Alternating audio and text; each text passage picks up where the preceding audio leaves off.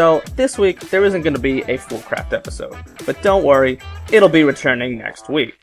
But this is a video series that I wanted to start doing. It's more of an informative series, and I don't have a set date for uploading these types of episodes, so they'll come out randomly for now. So sit back, relax, and enjoy the video. Now there are many ways to use water in this current version of Minecraft, but soon the update Aquatic will change how it behaves, and some of the uses of water won't ever be the same. So as you can tell, this video is the 10 facts about water. I've set up a little kind of obstacle course, and we're going to go through all 10 of them, and we'll start off by looking into our box of hydration, because we need all the hydration that we can get. Number 10, hydrating crops. So as you can tell from this amazingly hydrated field of wheat, you need at least one source block of water to hydrate the farmland that crops are planted on, like for wheat, carrots, potatoes, beetroots, and stuff like that. You also need water to be next to the block that sugarcane is planted on for it to be planted or grown. So if we go over here and we place this down, we take our trusty diamond hoe. Now the farmland that we create gets hydrated, as you can tell. And to get some seeds, apparently we need seeds, now it can be planted and it can grow. Number 9, moving mobs or entities. So I have made a little redstone contraption here, very rudimentary, very basic, don't really need praise for this, but basically water, as you can tell from what I have in these dispensers here, water can push, well, the player, it can push mobs like hostile mobs like zombies, or normal mobs like pigs or cows. So if I press this button, it'll push the armor stand onto the pressure plate, and it'll open the door. Same with this one. And now we can proceed. Now, for number 9 and number 10, in terms of the new update coming out, 1.14, Update Aquatic, these types of behaviors of water will definitely not change. At least I hope they won't, because they're pretty basic and they really don't need to be changed. Number 8, clear grass and flowers. So if you take a bucket of water and you go and you splash it down on certain areas, you can get rid of stuff like grass and flowers and all that stuff that's here. Basically, not really doing a great job, and oh, somehow we lost the water. But basically you can terraform plots of land by getting rid of all of the annoying kind of tall grass that you don't want, instead of having to like knock it out like that.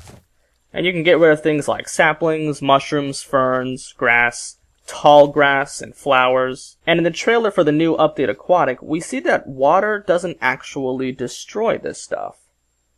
So that's definitely going to be a feature that is forever changed. No longer will you be able to use water to clear grass. Unless they end up not making it that way, but we'll see.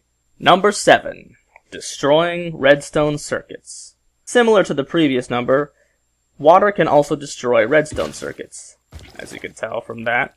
This is something that a lot of redstoners utterly hate. I'm sure that a bunch of people are really hoping that this follows suit to the previous change in the new update, because that means that water will now not mess with redstone. So if anyone accidentally drops water on their redstone creations, then it won't destroy hours and hours of work. And man, I'm doing a really horrible job trying to destroy this redstone. There we go.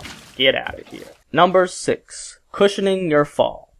For some reason in Minecraft, if you wanted to jump off something, no matter how far up you are, as long as there is one deep block of water, you won't be hurt. I doubt this will change at all, but who knows? I guess anything is possible.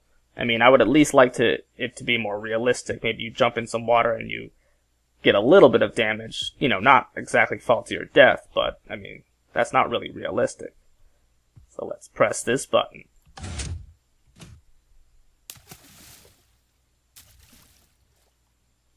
Number 5. Water elevators.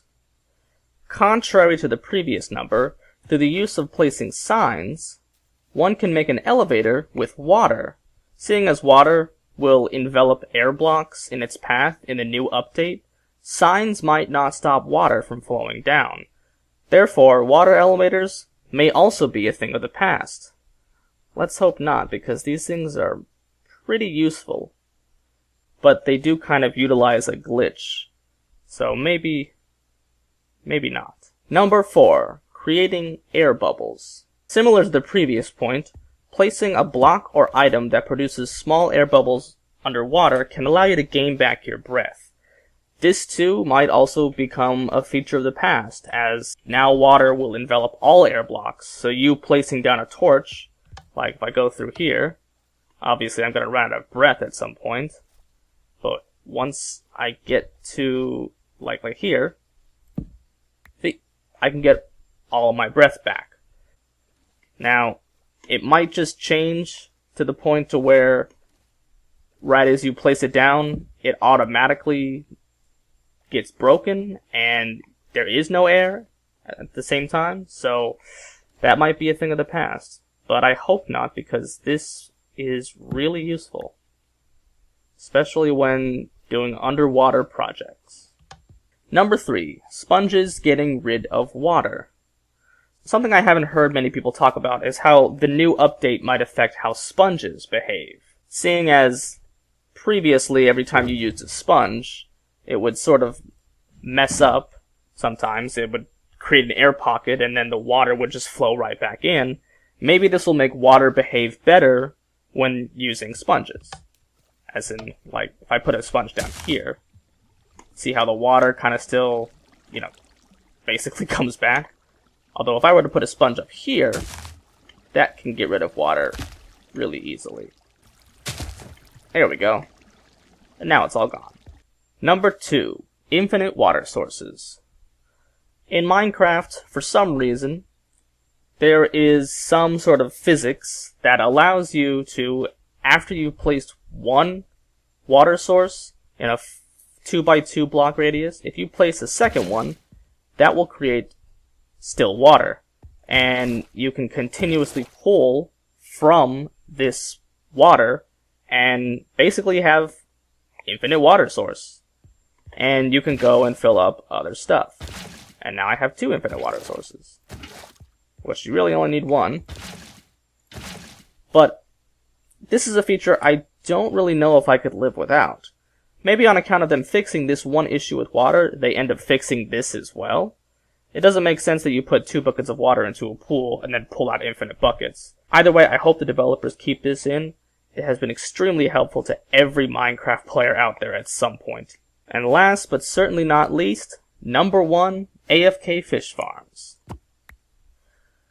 These types of farms are the things that I'm worried most about.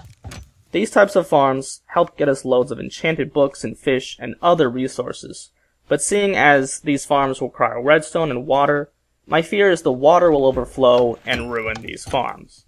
But I'm sure at some point someone will just develop another way to make an AFK fish farm, and then we'll be good. Ah, look at all that loot. Hey, we even got a clownfish.